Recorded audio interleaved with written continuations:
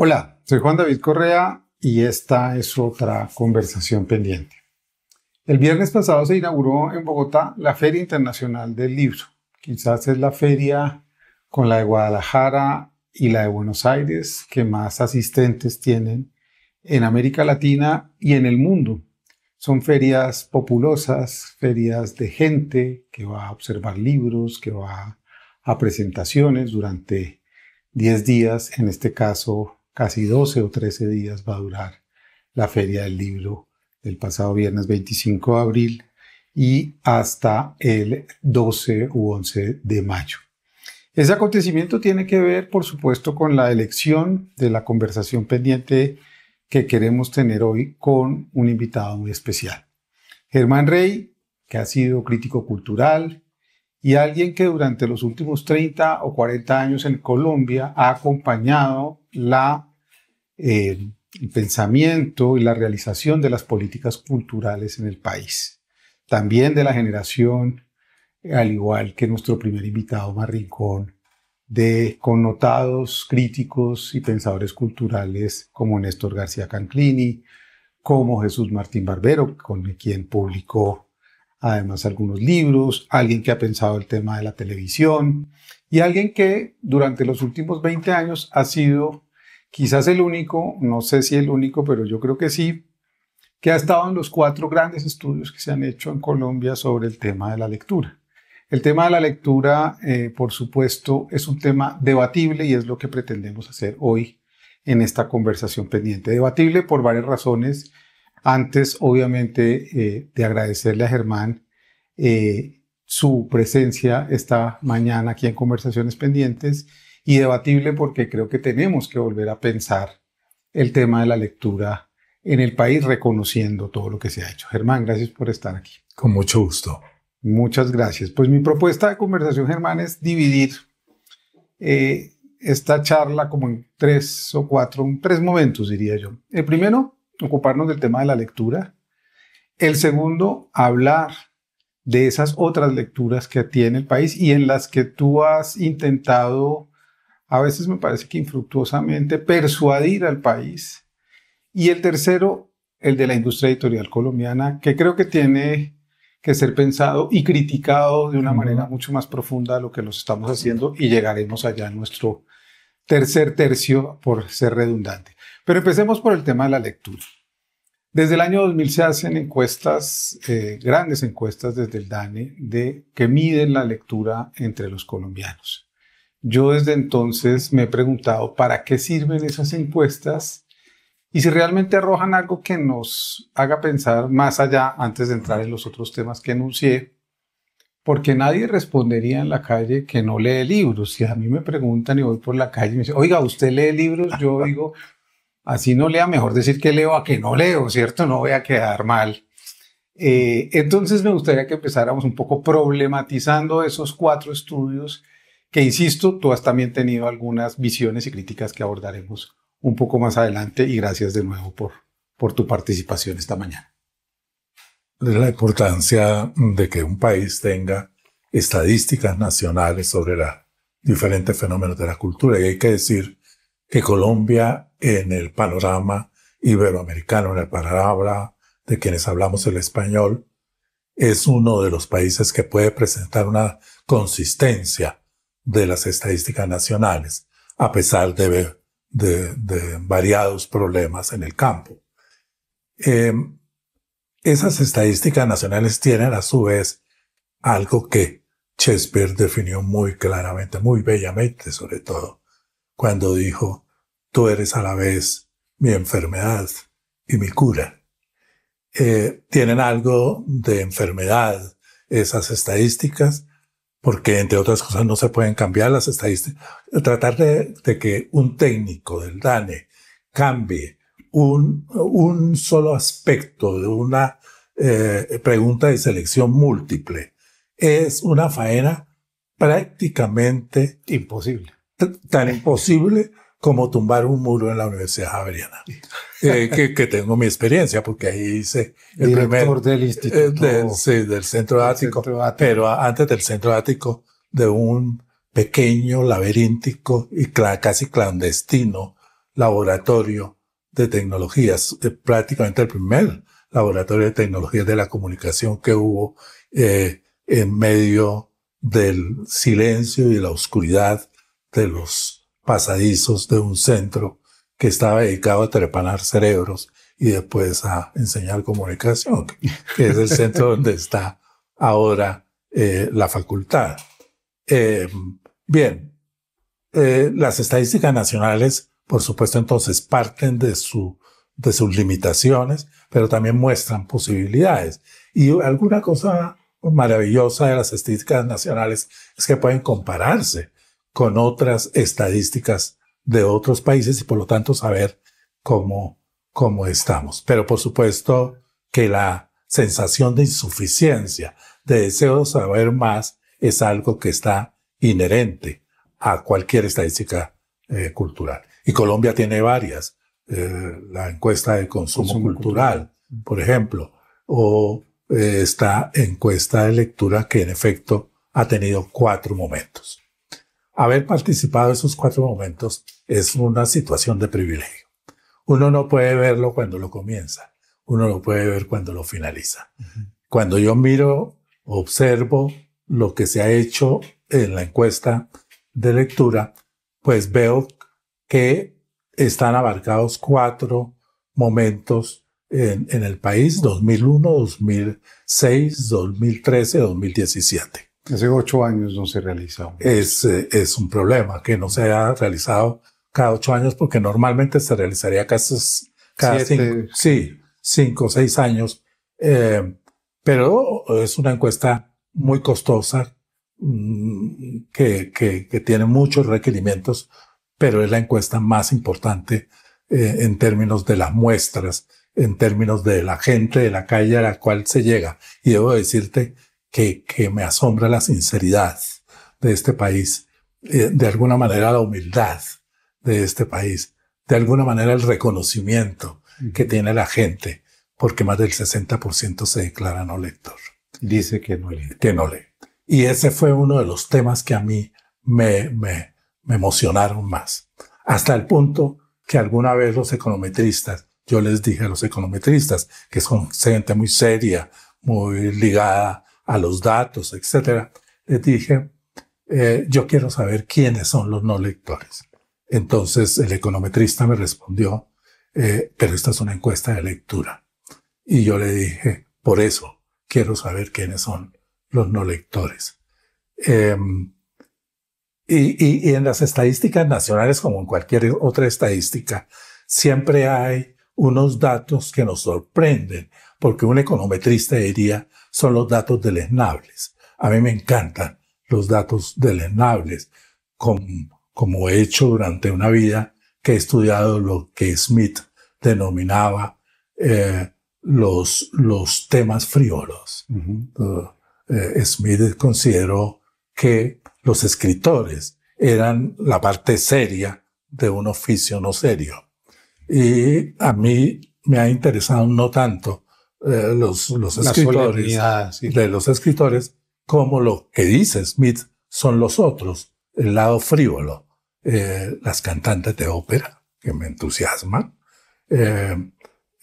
los bufones, que son extraordinarios y siguen existiendo a pesar de que no se les reconozca tan bello y tan necesario papel. Y los bailarines, dice como ejemplo Smith. Bien, ¿qué significa 20 años son nada? Como dice la canción, 20 años son nada. 20 años y son todo para Colombia. Y son todo para Colombia, sí. Pero en la perspectiva de la lectura son menos. Claro. ¿Por qué? Porque la lectura es uno de esas invenciones humanas que son claramente milenarias. Ahí no estamos hablando de 20 años, o de 100, o de 200 años. Estamos hablando de la historia. El tiempo del hombre. Del hombre. Es decir, porque el tiempo del hombre, de las mujeres, de todos, es el tiempo del momento, se inaugura con el momento en que un ser humano empieza a leer sobre un tapiz de hierba o sobre la invención del libro. Bien, 20 años son nada en términos de lectura. ¿Y qué ha pasado en esos 20 años? Ese es el punto. Ese es el gran punto.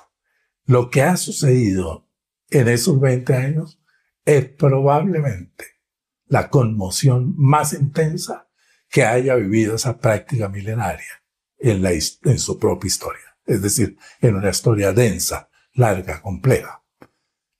No lo digo yo lo leí en uno de los grandes analistas del tema de lectura, que es Roger Chartier. Uh-huh. Roger Chartier dice que nunca en la historia de la humanidad se había dado tal conjugación de transformaciones en todos los órdenes de una práctica cultural como la que se está viviendo en el ámbito de la lectura. Lo dice claramente Chartier.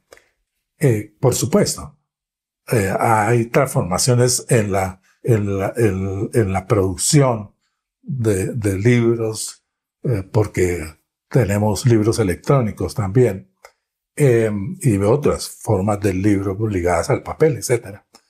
En la lectura, en las formas de circulación, en las maneras de reproducción de la lectura, etc. Es en todo. Y quizás en algo más importante que tú señalaste desde el primer estudio, y ese es un hilo que me interesa tirar, y es, evidentemente cambian los soportes y las tecnologías, y hemos vivido y seguimos viviendo cambios muy brutales, pero el cambio que ha operado en los lectores y en los no, o en los que se suponían no lectores, tú lo dijiste desde el principio, creo en la primera encuesta, están mirando lectores de libros o de soportes físicos y no están mirando lectores de soportes digitales. Ya entonces, para 2001 ya teníamos tecnología. Tú has puesto mucho el acento ahí. Me parece que no lo hemos escuchado con la suficiente atención. Y esto es para ejemplificar de qué se trata este programa. Es tú siendo el mayor experto o el mayor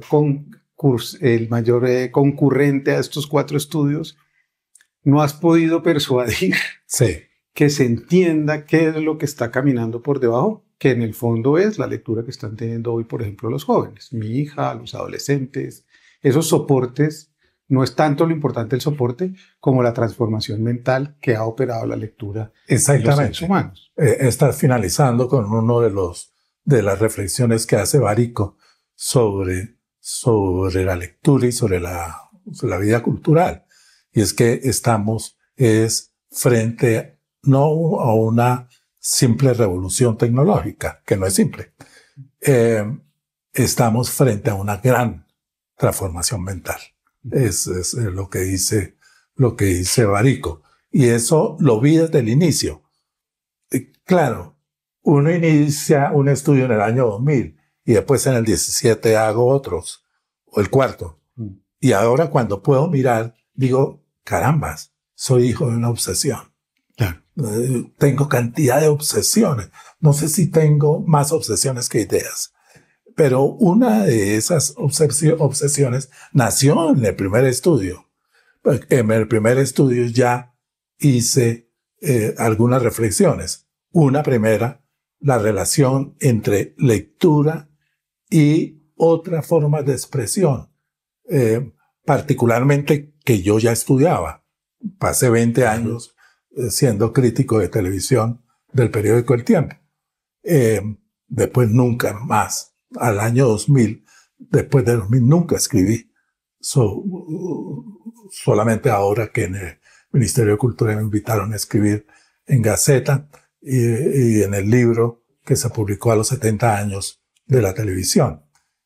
Bien, pero claro, como yo venía a la televisión y entro a los estudios de lectura de libros, porque uno de los temas era el consumo de libros, el otro tema era las bibliotecas y el otro tema es la lectura, eso es lo que compone la estadística cultural a la que nos estamos refiriendo.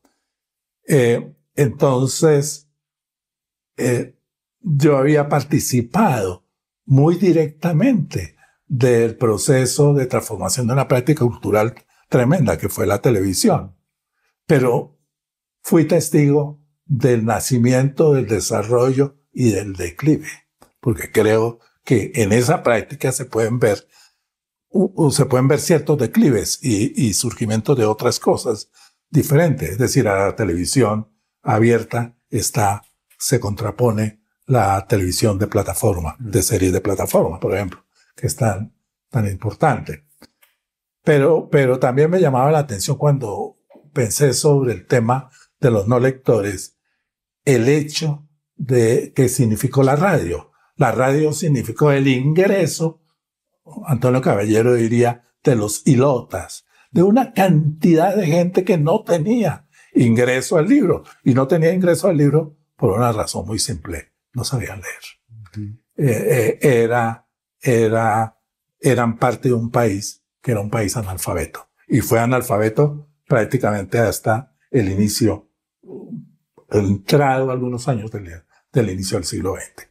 Y esa gente, exactamente en ese momento, le aparece la radio y entra directamente a Calimán, entra directamente a las radionovelas, etc. Y eso fue maravilloso. Ahí ellos podían entender, ahí se les podía entender, ahí podían hablar de todos estos temas. Y después sería... era un país que entró a la lectura por la oralidad. Exactamente. Que eso es muy bello. Exactamente.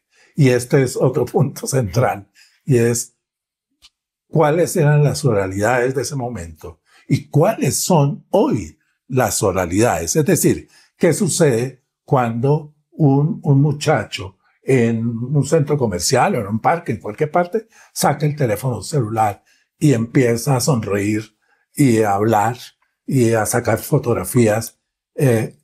Eso que tiene que ver con nuevas oralidades, las nuevas tecnologías con las nuevas oralidades. Entonces, claro, desde el inicio ya existía en mí esa obsesión. ¿Y qué veías? ¿Qué veías hace 24 años? Sí. Que el país se negaba a ver. Estamos en un país de finales del gobierno Pastrana, iba a entrar el uribismo, 8 años y algunos dicen que 2 décadas casi. ¿Qué veías en ese país de no lectores, que era el 60% de gente que declaraba que no era lectora? En primer lugar, veía una cantidad de personas que se entretenían o se comunicaban a través de otras formas que no eran necesariamente el libro. No eran necesariamente el libro. Lo segundo, veía una cantidad de personas que pasaban a la lectura a través de no las lecturas canónicas, sino de lecturas populares. Yo mismo... Hace 24 años, aún la prensa. Claro, sí. Yo mismo me explico esto a través de mi propia experiencia como lector. Yo no comencé leyendo a Balzac, o a Solá, o a Gabo. No, empecé como un niño de Bucaramanga, es decir, de una ciudad de provincia, que tenía frente así una plaza de mercado, en la cual, que en algún texto yo dije, una plaza en un lado Archimboldo y al otro lado Bacon, Francis Bacon. Porque a un lado eran las verduras y las frutas, y al otro lado eran las carnes, los curíes, los cabritos, los ventas de quesos, etc. Pero al entrar uno a la plaza, podía haber un grupo de niños sentados en una silla larga, junto a lo que los que se llamaría la literatura de cordel. Porque lo que había era un cordel, y en el cordel lo que había era cuentos de Ray. Las comiquitas. De Ray Rogers, de Roy Rogers, de Calimán. De Calimán, de Tarzán, por supuesto. Eso era lo que leíamos los niños. Entonces, yo me preguntaba, ¿qué hacen los no lectores? ¿Qué les acerca a funciones claves de la lectura, que puede ser la comprensión, el entretenimiento, pero también la comunicación, etc. ¿Qué es si ellos no... ¿Qué dispositivo activa es? Exactamente, no tienen libros en su casa, no tienen bibliotecas, no van a bibliotecas, no hay planes de bibliotecas en ese momento, etc. Eso también me interesó. Y me interesó el hecho de que ahí mismo, en el año 2000, percibí que el ecosistema de la lectura estaba explosionando. Todo estaba transformándose, tal como dijo Chartier, todos estábamos modificando. Los lectores eran diferentes, las editoriales eran diferentes, el sistema de circulaciones de los libros también variaban. Entonces, la verdad es que ya puse énfasis en esos cambios y puse énfasis mis 4 textos sobre lectura que además coordinó con una inteligencia sobresaliente como la de ella, la de Carmen Barbo.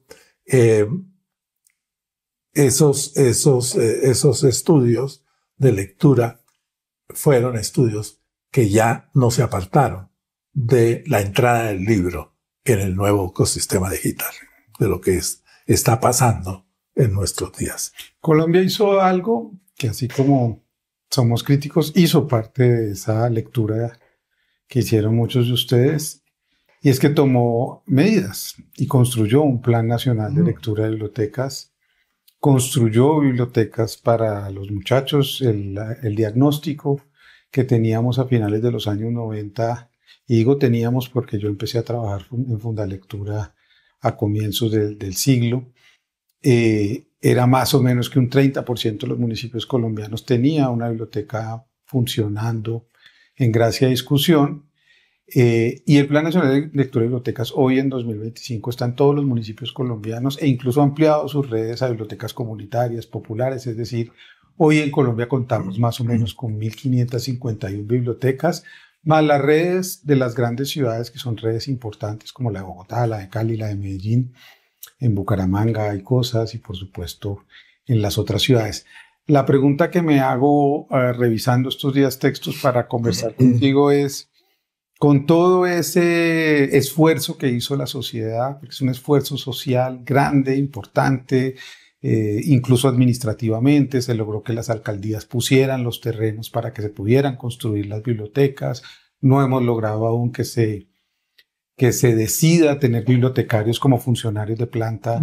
Ese es un logro que yo tenía entre mis prioridades, pero no lo logré. ¿Qué ha pasado en esos 25 años por algo que dice Joaquín Rodríguez en este libro de Lectocracia? Si consideramos todos esos valores, todo ese esfuerzo, toda esa fe que tenemos los lectores en la lectura, ¿por qué no aparecen más lectores? O lectores en los términos que nosotros seguimos pensando que son los lectores. Yo también me pregunto lo mismo. Yo también me pregunto. Porque el esfuerzo en la parte estadística y nacional de la información sobre la lectura ha sido respaldado por propuestas y proyectos verdaderamente importantes, y no verdaderamente importantes solamente para Colombia, verdaderamente importante en contexto internacional. Se puede reconocer el trabajo que se ha hecho. Y la pregunta es la misma para mí. Deberían ser más. Y cuando yo veía que no se movía fuertemente el índice de lectores, pues decía, ¿qué está pasando? Es el momento en que se está haciendo más cosas, y no. Quizás la respuesta es que es también el momento en que están sucediendo otras cosas que compiten tremendamente con el hecho de la lectura. O otras lecturas. Otros que tipos de ustedes tuvieron lectura. en las 90s, que fue un poco... No, vamos a hablar de lectura crítica de libros, pero ustedes querían hablar de otras lecturas. Exactamente, exactamente. Y esas otras lecturas tuvieron más poder seductor, más fuerza, más rápidamente expansión que la propia lectura que ya venía con el peso de los milenios. Es que tener uno el peso de milenios es complejo cuando se le aparece un Facebook o se le aparece un Instagram o se le aparece el rap o el las hip hop, paredes o el graffiti, que es tan importante. Es decir, sí, pero deberíamos quizás ya transformar completamente los estudios de lectura y nuestras apreciaciones sobre la lectura para ver el mundo diverso, variado, múltiple y diferente de las lecturas. Yo voy a arriesgar una tesis. Sí. A mi manera de ver, todo ese conocimiento acumulado que ustedes escribieron, que finalmente quedó en círculos de especialistas, aunque se hicieron congresos de lectura, foros, ni más faltaba, pero en todo caso en círculos, la noticia que producían los estudios siempre era enfocada desde un ángulo industrial y ultracapitalista. Es cuántos libros lee un colombiano al año. Eso de alguna manera no cerró la discusión y la convirtió en una discusión casi de consumo de libros y no de pensar cómo se estaban transformando las mentalidades de los colombianos desde el hecho lector, digamos. Totalmente. Sería bueno hacer una especie de historiografía de la comprensión de la lectura y del libro desde los sectores que tenían implicaciones en ese sistema. Concretamente, las grandes empresas de libros, etc. A veces yo me hago la pregunta, ¿por qué no se mueven un poquito? Cuando escucho hablar a gentes que están implicadas en las orientaciones de la propia industria editorial. ¿Por qué no se mueven un poco?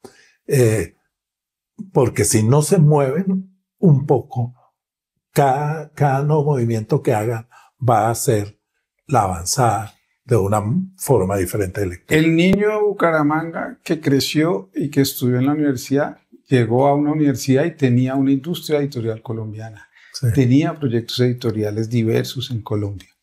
A partir del año 91, el neoliberalismo empieza a producir una concentración editorial que tiene hoy al mundo. Ayer me encontré a un librero en la calle que tú conoces, que se llama Camilo de Mendoza, y le dije, voy a hablar mañana con Germán Rey, dígame cómo está la concentración del mercado. Me dijo, la concentración del mercado hoy solo está en un solo actor, más del 80%, que se llama Penguin Random House, en el mundo. Es decir, el mercado colombiano lo domina un actor, ya ni siquiera dos, antes era Planeta con Random, compitiendo, ya Planeta fue eclipsado por este monstruo que incluso amenazó con seguir comprando editoriales y Estados Unidos, hasta el propio Stephen King, que era parte de Simon & Schuster, como autor dijo, paren, no pueden seguir comprando porque si un mismo grupo empresarial tiene todos los sellos editoriales, ¿a dónde vamos a llegar? ¿Cómo lees tú esa concentración tan brutal de la industria editorial en Colombia y qué tanto nos ha afectado como lectores? Habría que observar y analizar si Random, por ejemplo, es la expresión de un destino fatal. Es decir, no podría subsistir una industria que fuera de pronto tan diversa. Eso habría que discutirlo. Eso habría que discutirlo. Sin embargo, para la lectura, lo que se necesita es diversidad. No se necesita uniformización. Si hay algo que la lectura nos cuenta, nos enseña, es que el mundo es diverso y que hay muchas formas de expresión que hay que escuchar, que hay que oír. Temo que lo que se pueda estar viviendo en el libro es el peligro inminente de otros modos de leer, concretamente de los modos de leer de las tecnologías. Solamente que me parece que hay más formas de escapar de la homogenización tecnológica, hay más formas de escapar, sin embargo no tengo demasiadas esperanzas que la que pudo haber vivido la industria del libro. Y ese peligro es inminente. Lo observamos en un gobierno del país más fuerte del mundo que nombra o que pide a las cabezas de las tecnológicas, estar presente en el gobierno. Y que corta las compras públicas de libros para bibliotecas. Todo, y que se infiltra, o que se infiltra no, porque no pueden infiltrarse porque no tienen inteligencia, ese tipo de inteligencia, para infiltrarse en Harvard, pero que buscan determinar también que se enseña en una universidad, que se expresa en una universidad, cuáles son las movilizaciones que se dan en la vida necesariamente de una universidad, y no estamos hablando de cualquier universidad, estamos hablando de Harvard, por ejemplo, o de Princeton, o de las grandes universidades norteamericanas. Hasta ahí han llegado. Es todo una forma de funcionamiento. Entonces, claro, yo no podría decir, no soy un optimista de las tecnologías para decir eso que sucedió, esa uniformización de la vida del libro, que se nota en la presencia dominante de editoriales, de una editorial, por ejemplo, no será algo que se dará también en las tecnologías. Creo que en las tecnologías también se pueden dar, aunque hay fenómenos muy interesantes de variación, de variedad, de diversidad en medio de las tecnologías. Pero ahí es donde quizás, insisto con el tema, seguimos tomando decisiones más para la industria del libro que para la política de lectura del país.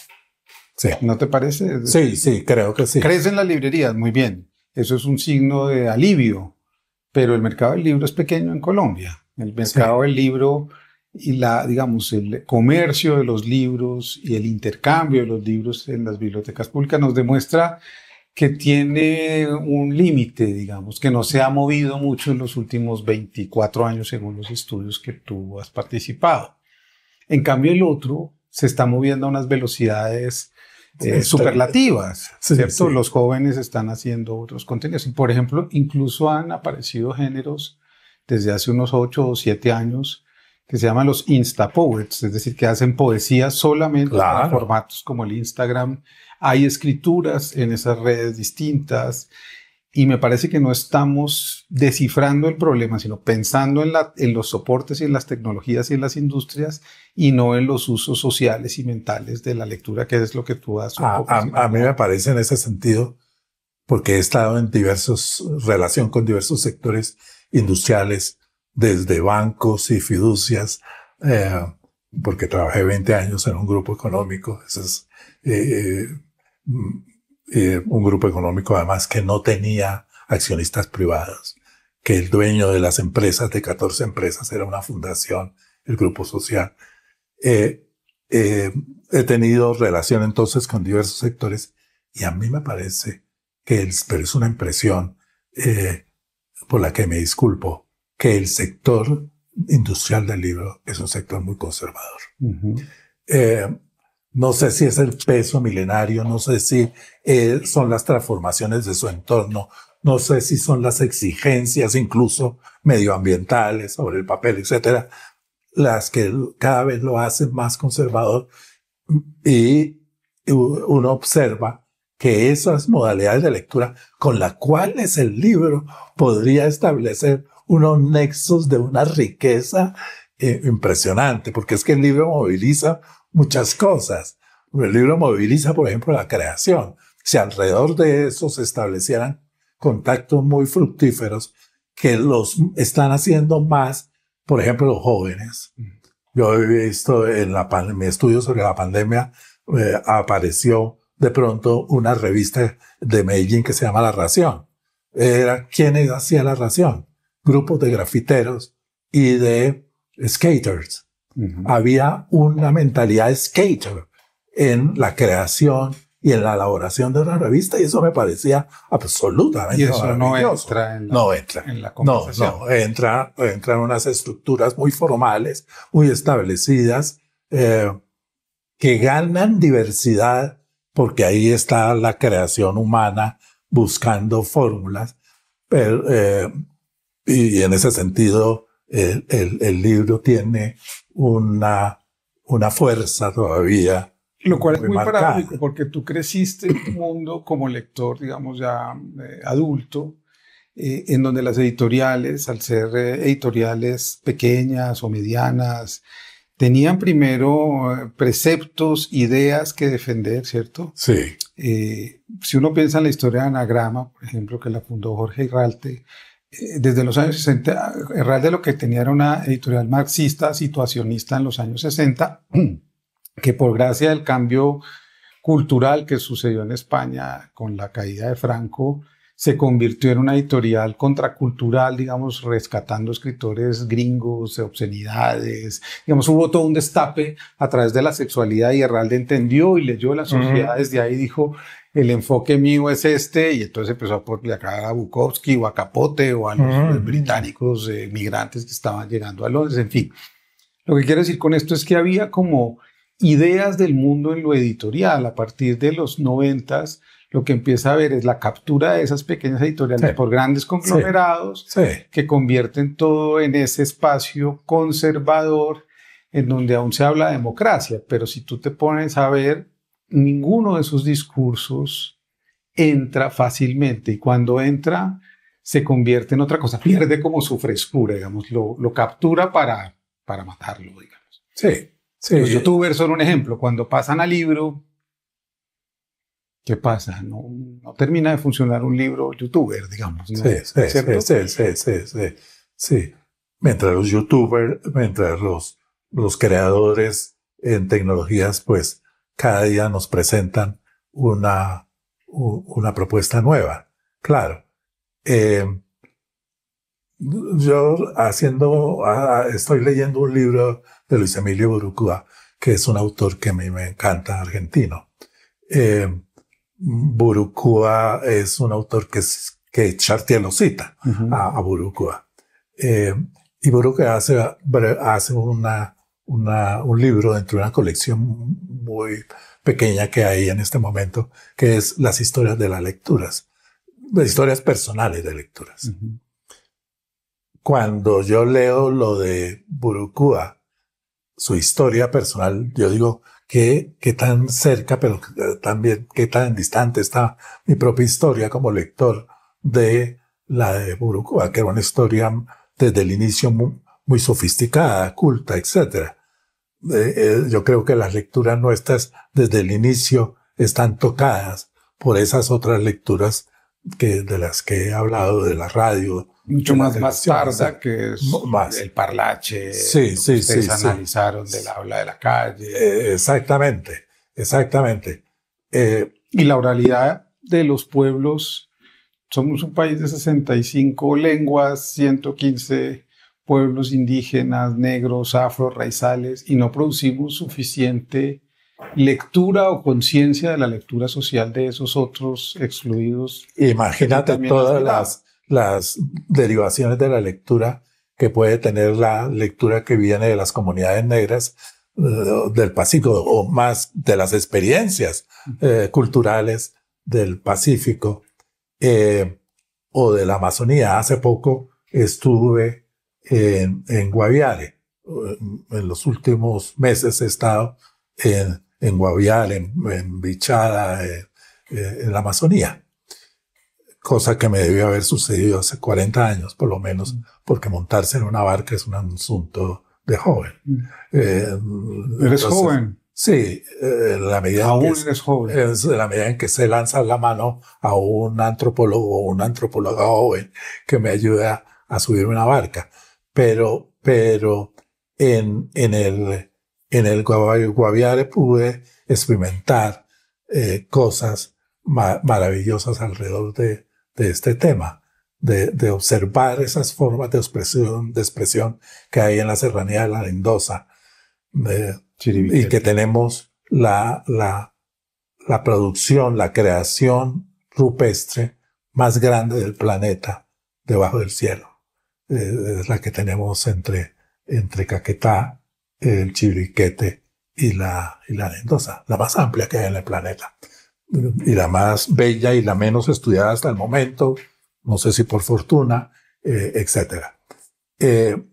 Y ahí yo me preguntaba qué tipo de formas de leer, de modos de leer, de claves de la lectura provienen de ese mundo que yo desconocía completamente y que es mi mundo, es mi país. Y las hemos alejado por completo. Totalmente, no han tenido ninguna importancia, incluso en los estudios sobre lectura. El estudio del 2017, que es el cuarto y el más reciente, la gran innovación que tiene ese estudio es que puso sus ojos en lo que se llama en la estadística zonas rurales dispersas. Esto a mí me saltó el corazón, casi me estalla cuando veo que el DANE amplía la base hacia zonas campesinas. Y me doy cuenta de que los jóvenes campesinos tienen en el bolsillo un smartphone, que es smart, estando sentado en el Guaviare en medio de la selva. De pronto se me acerca a la hora del desayuno un señor que me dice, ¿el señor necesita minutos? Y yo, ¿qué está pasando? Yo le digo, ¿qué me ofrece, señor? Le ofrezco un minuto, le ofrezco media hora, le ofrezco un día, le ofrezco una semana, le ofrezco un mes, lo que usted quiera de minutos. Está vendiendo el tiempo. Sí. Y entonces le dije de pronto, señor, ¿usted por qué me ofrece esto? ¿Quién está detrás de esto? Dije, sí, yo le vendo Starlink. Musk. Musk está en el Guaviare. Que tenía totalmente. En el Guaviare yo tenía mejor acceso a internet que tengo en mi casa en Bogotá. Es decir, que toda la selva de la Amazonía está completamente, digamos por ahora de manera ingenua. Colonizada. Explorada, colonizada, porque lo que están mirando ellos es lo que les interesa, lo que están discutiéndose, las tierras raras, las conformaciones geológicas, el tipo de naturaleza, minerales, los ríos, todo eso lo tienen documentado completamente. Entonces yo me preguntaba, ¿qué me dice? ¿Qué me enseña? Estas cosas que me están sucediendo para mirar las lecturas contemporáneas en un país como el nuestro. Yo creo que nosotros tendríamos, lanzo esta hipótesis, mayores posibilidades de otras lecturas en un país como Colombia. De acuerdo. Tendríamos más que otras sociedades que están muy apagadas, que son muy respetables, que han hecho un trabajo extraordinario. Colombia tendría muchas más fuentes de otros modos de lectura, de otro tipo de empresas editoriales, de otras formas de circulación del libro, etcétera. Si observara, ¿no? De otras formas de reproducción del libro. En los mismos estudios hemos encontrado que hay dos grandes reproductores y yo los vi aparecer y desaparecer. Primero vi que los maestros aparecían. Los maestros son fundamentales a la lectura y son peligrosos. Y después vi aparecer a las mujeres y entonces me encantó que las mujeres aparecieran como centro. Son el centro, son el corazón. No puede haber reproducción del libro sin mujeres. Llámese 78% de las bibliotecas. Llámese las mujeres, exactamente, que en la noche se le acercan a un niño y le presentan un mundo inexistente o existente, precioso. Las mujeres son importantísimas. O le conceden la voz. O le conceden le guardan la voz. Claro, porque van dialogando sobre lo que leen, etcétera. Pero las mujeres, ese por ejemplo es un tema que las estadísticas a veces desdeñan. Sí, ahí está presente, pero no lo miran. Es el papel de género y en algunos temas la lectura a través de internet o la lectura de revistas o la lectura de periódicos cuando los había o la lectura de libros tienen unas definiciones de género supremamente interesantes y que se observan en estos estudios. O sea, la mujer lectora, hay algunas obras, por ejemplo, del arte universal que tienen que ver con mujeres leyendo. Mujeres leyendo.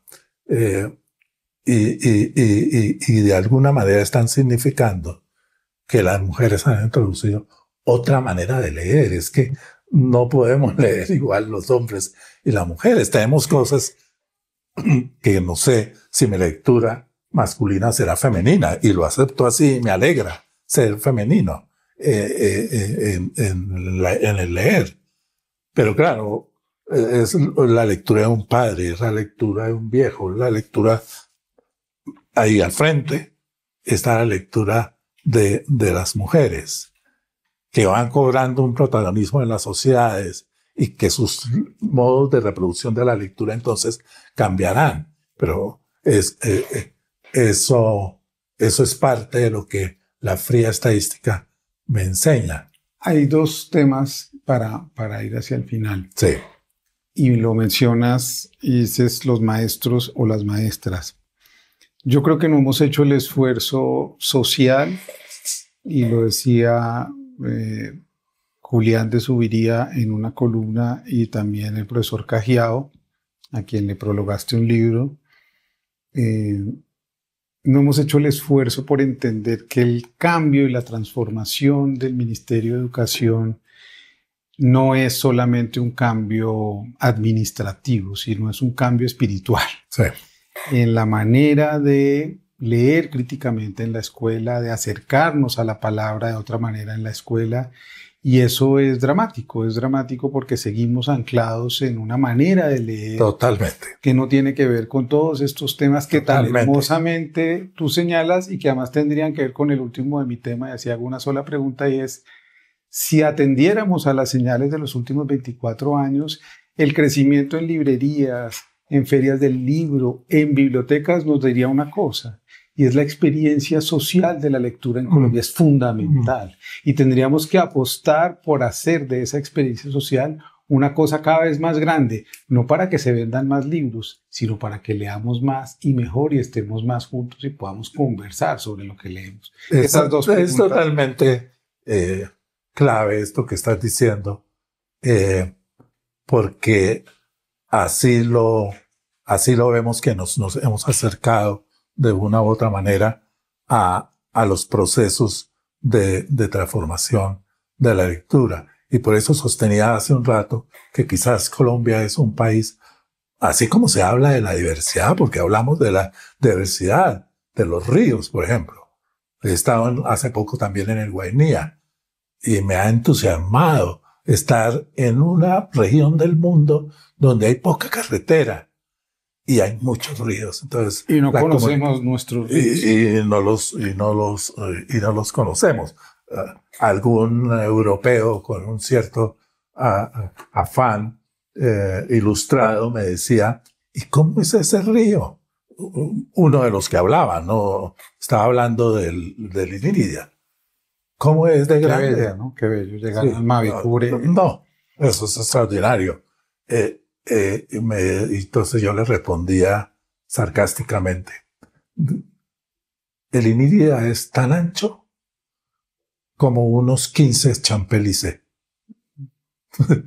Reí en la mitad del corazón. ¿Ustedes creen que el Champs-Élysées, los Campos Elíseos, son anchos? Claro, son anchos. ¿No? Pero váyase al Inírida y verá lo que significan 10 Campos Elíseos, más bellos inclusive, más bellos que el Campo Elíseo, en ese río.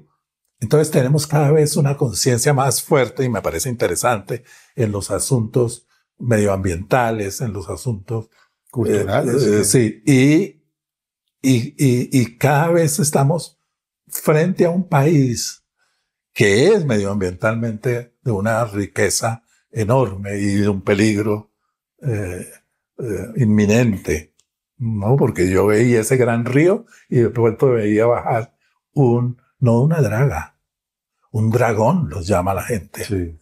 con todo el sentido de la palabra, un dragón, unos mundos que bajaban por el río para sacar oro fuera, oro a cualquier... Aún hoy. A cualquier precio.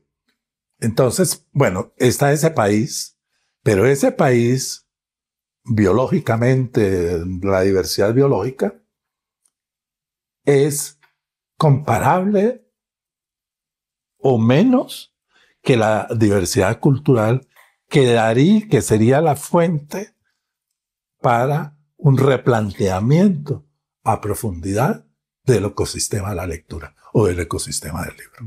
Pero no para solamente el tema de la lectura, para todo el ecosistema se transformaría, yo creo, muy positivamente con ese fluir de esas fuentes que no hay que crearlas porque están creadas, están funcionando a partir de los estados inclusive, sino de la vida de la gente misma. Y para oír sus voces, y para oír sus cantos, y para oír sus historias, que a veces poco nos interesa. A Germán, gracias por la amabilidad y siempre la lucidez de conversar sobre estos temas.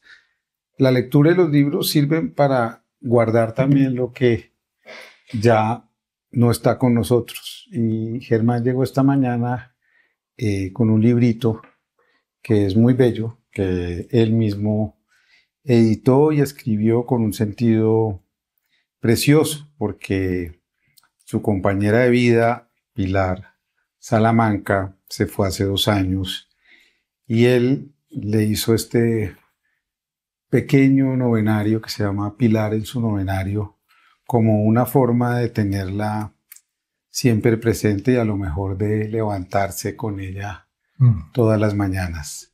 Así que hoy nos despedimos con este Amor Eterno de Gustavo Adolfo Bécquer. Podrá nublarse el sol eternamente, podrá secarse en un instante el mar, podrá romperse el eje de la tierra como un débil cristal. Todo sucederá. Podrá la muerte cubrirme con su fúnebre crespón, pero jamás en mí podrá apagarse la llama de tu amor. Gracias, Germán. Sí. Y un abrazo a todos. Nos vemos en la próxima conversación pendiente.